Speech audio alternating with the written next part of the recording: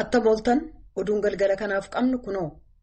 TPLF fi mootummaan Itiyoophiyaa gara furmaata nageenyaatti dhufu taanaan sababaa walitti bu'insaan kan dadhabe dinagdee Itiyoophiyaa deeggaruuf qophii ta'uu ishee Yuunaayitid Isteetsi beeksiftee jirti. Pireezidaanti Baayiden kan mallatteessan ajaja uggura waliin wal qabate tarkaanfiiwwan itti aansuun fudhataman maal akka ta'e illee aangawoonni Yuunaayitid Isteetsi ibsaniiru. Bulchiinsi Baayiden rakkoon namoomaa kaaba Itiyoophiyaa jiru akka dhumatu tarkaanfii isaan fudhatan kan ajaa'ibsiifatan ta'u ittaanaa ministiriin yeroo fi kan dhimmootii Sudaaniif gaanfa Afrikaa Biraayan Haant ibsanii jiran. Qaamonni walitti bu'iinsa sana keessatti hirmaatan gara mariitti hin dhufan taanaan uggurri kaa'amu namoota dhuunfaaf waaltaalee irra darbe uummata Itiyoophiyaa fi Eertiraa irratti akka hin fuulleeffanne Biraayan Haant ibsanii jiran. Yuunaayitid Isteetsi gargaarsa namoomaaf deeggarsa kabiroo Itiyoophiyaaf guutullee kan itti fuftu ta'uu dubbatan. If the government of Ethiopia and the TPLF take meaningful steps to enter into talks for a negotiated ceasefire and allow for unhindered humanitarian access.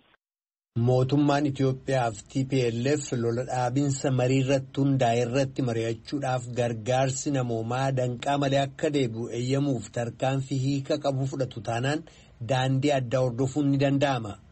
Yuunaayitid Isteetsi dinagdeen Itiyoophiyaa akka dandamattu deeggaruuf qophiidha. Tarkaanfiiwwan fudhatamuu qaban tattaaffii jaarsummaa gamtaa Afrikaan hoogganamu simachuu, gareelee araarteessotaa ramaduu, haalduree tokko malee mariif waliigaluu fi marii jalqabatti jiruuf afeerraa simachuu of keessaa qaba. Gargaarsa namoomaa gama laallateen konkolaatonni gargaarsaa akka boodatti nafne gochuu, tajaajilawwan bu'uuraa kan akka elektiriikii, telekominikeeshinii fi baankii fakkaatan Tigraayiif bakkatti deebisuu of keessaa qabaachuu danda'a. Walitti bu'iinsi sun furmaata waraanaan hiikamuu akka hin dandeenye mootummaan Itiyoophiyaa ni hubata jennee abdanna ka jedhan Biraayan muummicha ministeeraa Abiyyiin dabalate itti fufiinsaan mari'ataa jirraa jedhan jechuudhaan Keenedii Abaata Finfinneerraa gabaaseera. Addi bilisummaa uummata Ogaadeniif paartileen kanneen biroon adeemsa filannoo taanu keessaa of baasuun isaanii jijjiirama akka hin finne boordiin filannoo Itiyoophiyaa beeksisee jira. Gorsituun koominikeeshinii boordichaa Sooliyaanaa Shimallis ibsa kennaniin iyyata paartilee siyaasaan dhiyaate furuuf boordichi baatii tokko dura waan irraa barbaachisu raawwachuu isaanii ibsanii amma addi bilisummaa Ogaadeniif paartilee biroon adeemsa filannoo keessaa of baasuun ba'iisaas ta'e akkaataa hojii filannoo irratti jijjiirraan fiduu jedhan. Fulbaana 20 kan geggeessamu adeemsa sagalee kennuuf boordichi qophee xumuruu isaa kan ibsan Sooliyaanaan filannoo bara 2013 keessatti naannolee filannoon marsaa lamaaniin iyyuu keessatti hin geggeeffamnetti kan geggeeffamu dhimma filannoo laalchisee hanga yoonaa murtiin hin kennamne. Gorsituun koominikeeshinii boordii filannoo Sooliyaanaa Shimallis kaleessa ibsa kennaniin naannolee 47 keessatti kan geggeessamu adeemsa filannoo bara 2013 sagalee hiree murteeffannaa kan naannoo kibbaaf geggeeffamuuf qophii barbaachisu xumurameera jedhan. Paartilee siyaasaa filannoo kana keessatti hirmaataniif sabaa himaaleen naannoo 9 keessatti yeroon kennamee fi dadammaqiinsa filannoo geggeessaa akka turan yoo ta'u qopheen meeshaalee filannoos xumuramuu dubbataniiru. Haa ta'u malee addi bilisummaa Ogaadeen guyyoota dura filannoo keessaa of baasuu isaa ennaa ibsu kana ilaalchisuun itti gaafatamaan quunnamtii uummataa paartichaa obbo Hasan Abdul Qaadir raadiyoo sagalee Ameerikaaf akka ibsanitti naannoo Somaaleef walumaa gala Itiyoophiyaa keessa sirna dhablummaaf aangootti seeraan ala fayyadamuutu jira jedhanii filannoo walabaaf haqaa geggeessuuf haalli mijataan waan hin jiraanneef filannoo naannoo Somaalee keessatti geggeessamurraa of hambisuu isaanii ibsanii jiru jedha Keenedii Abaata Finfinneerraa. Aangawoonni Sudaan bara 2019 Omar al-Bashir aangoorraa kaafamanii qabee biyyattii bulchaa akka jiru gumii siivilii waraanaaf rakkisaa akka ture yaalii fonqolcha mootummaa fashalsiisuu isaanii aangawoonni Sudaan beeksisaniiru. Miseensa siivilii kan gumii sanaa akka ta'an tokko Rooyitersiif akka himanitti yaaliin fonqolcha mootummaa halkan edaa erga taasifamee booda to'annaa jala ooleera jedhan. Dubbiimaa gumichaa akka ta'an Mohammad Alfaakii Suleymaan akka jedhanitti qorannaan shakkamtoota irratti geggeeffamu eegaluuf jedha.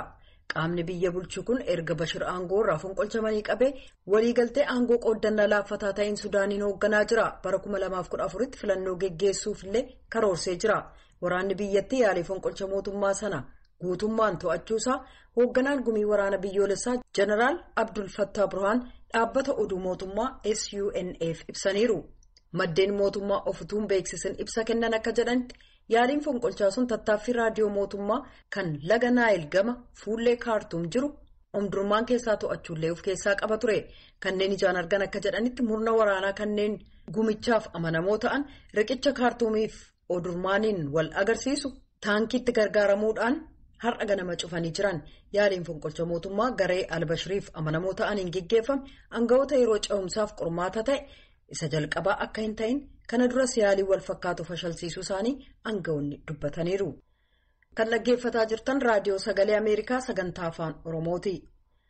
Pireezidaantiin Yuunaayitid Isteetsi Joo Baayiden gumii tokkummaa mootummootaa irratti akka hoogganaa biyyaatti yeroo duraaf ennaa dhiyaatan dippiloomaasii ilaalcha addunyaa irratti kafuulleeffate kan hunda hirmaachise beeksisu jechuudhaan aangawoonni bulchiinsa Yuunaayitid Isteetsi beeksisaniiru.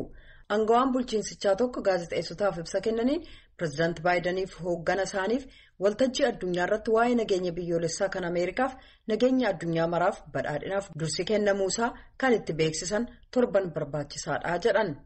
Ejjennoon kun kallattiidhaan kan pireezidaantichi duraanii Doonaald Tiraamp Ameerikaan hadursitu jedhaniin faallaadha. Gumiin waggaa kun biyyoota miseensota 193 ta'aniif barbaachisummaa rakkoo naannoof addunyaa mudate ilaalchisee jiru mari'achuuf carraa kennaaf.